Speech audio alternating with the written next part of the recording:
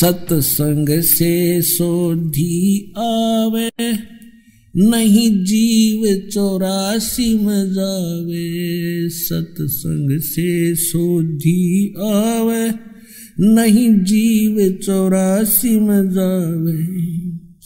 अब मेटो द्वेष और राग, हो राग या उम्र बतेरी जाली। अब मेटो द्वेष और राग, हो राग या उम्र बतेरी जाली। ठीक है, आपको धीरे धीरे सेट होने में टाइम लगेगा। जैसा भी जिसका व्यवसाय है अब वर्तमान में, उसमें एक साधुता लाओ। जैसे कोई मजदूर है, सेवा कर रहा है किसी के, और भगत हो गया, तो वो तन मन धन से सेवा करे उस मालिक के उसमें, क्योंकि वहां से उसने रोटी मिल रही है।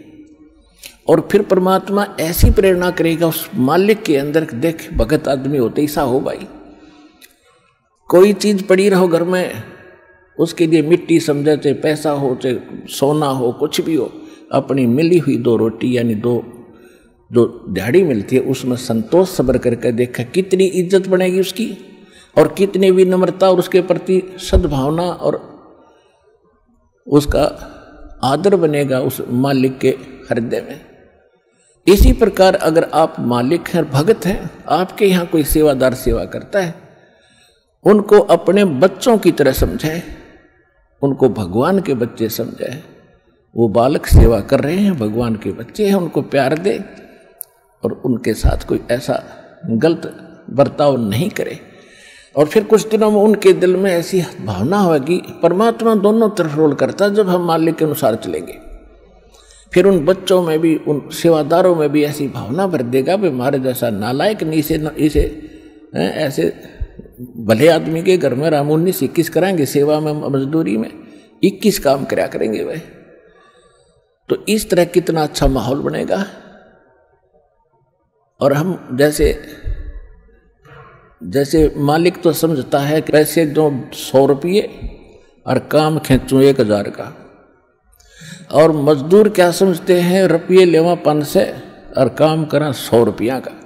दोनों की नीयत खराब और दोनों दुखी, कर्म भी बिगड़े, टेंशन बनी रहे।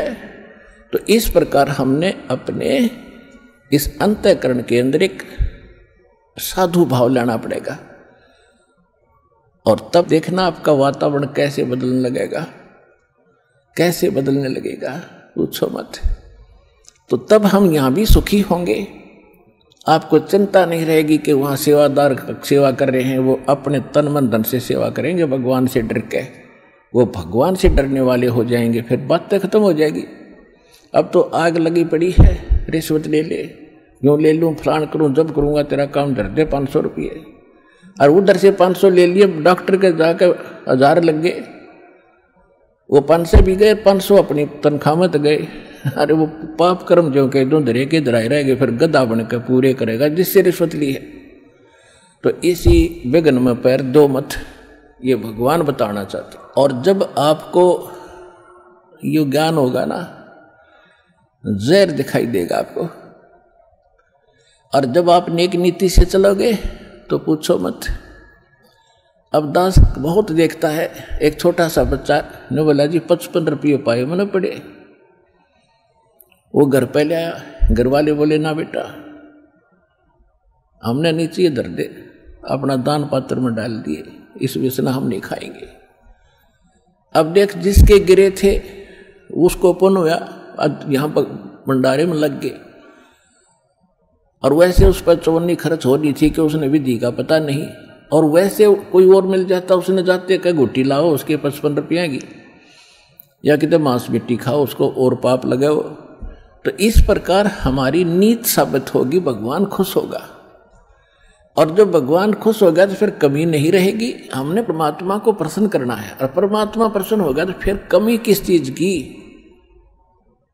फिर तो क्या बताते हैं परमात्मा, साईं इतना दीजियो जामे कुटुम समावे, हम भी भूखे ना रहे अतिथि न भूखो जावे। इससे अधिक मांगना इस काल की जेल में हमारी महामूर्खता है कि इतना ही मांग लो बस तुम, इसमें सब कुछ मिलेगा। क्योंकि ये कलयुग है और कलयुग में मशीनरी जरूरी होगी। तो आप इतना ही मांगो जामे कुटुंब समावे, यानी रिक्वायरमेंट ऑफ द फैमिली, परिवार की आवश्यकताएं, ये है जामे कुटुंब समावे। और हम भी भूखे ना रहें और अतिथि न भूखा जाए। फिर देगा आपको, और फिर रहो मालिक के वचनानुसार चलो। फिर कैसे, जैसे परमात्मा कहते हैं, चिड़ी चोंच भर ले गई नदी न घट्यो नीर, दान दिए धन घटे नहीं, यूं कह रहे साहिब कबीर। परमात्मा अपना साइन कर रहे हैं इस वाणी को बोल करके, कह रहे साहिब कबीर कि दान करने से धन नहीं घटेगा, ये नियम है परमेश्वर का। और दान सुपात्र को करे। गुरु बिन माला फेरते, गुरु बिन देते दान, गुरु बिन दोनों निष्फल हैं, चाहे पूछो वेद पुराण। देते को हर देत है, जहां तहां से आण, अण देवा मांगत फिरो, फिर साहिब सुने ना कान। अब परमात्मा ने एक भूमिका करके दिखाई हमारे को कि साईं इतना दीजियो जिसमें कुटुंब समावे। एक धानक, एक जुलाहा, सुबह से लेकर शाम तक एक बारीक बारीक तार इकट्ठे करके धागे और कपड़ा बुनता है। एक दिन में मुश्किल से भी 5 फुट 10 फुट बना पाता है, 5 फुट 4 फुट, और बहुत लंबा सैकड़ों फुट का तार वो थान बनाना पड़ता है। ताना बनाते थे, वो हफ्ते में पूरा होता। उसकी जो मेन ताना मालिक को मिलता, उसमें से अपने परिवार के लिए जो आवश्यक सामग्री थी, खाद्य पदार्थ लाते और शेष बच जाते, उसको सत्संग और भंडारा में लगाया करते थे। इस प्रकार परमात्मा हमें उदाहरण देते हैं कि इस लोक में आप भगवान की भक्ति अवश्य करो, पूर्ण संत से प्राप्त करके, फिर परमात्मा एक्शन में आवेगा। और वैसे आप ये फार्मूले अपनाओगे तो सफल नहीं हो पाओगे, क्योंकि फिर आपके साथ काल रहेगा, ये मन, और केवल वर्क डन मिलेगा आपको। यहाँ वर्क से भी अलग मिलेगा आपको, किस्मत से भी नारा देगा परमात्मा। क्योंकि हम परमात्मा से कुछ और मांग ही नहीं रहे, इतना ही मांगते कि हमारी भक्ति बनी रहे और हमें कोई आवश्यक वस्तु का अभाव ना हो, बस इतना सा।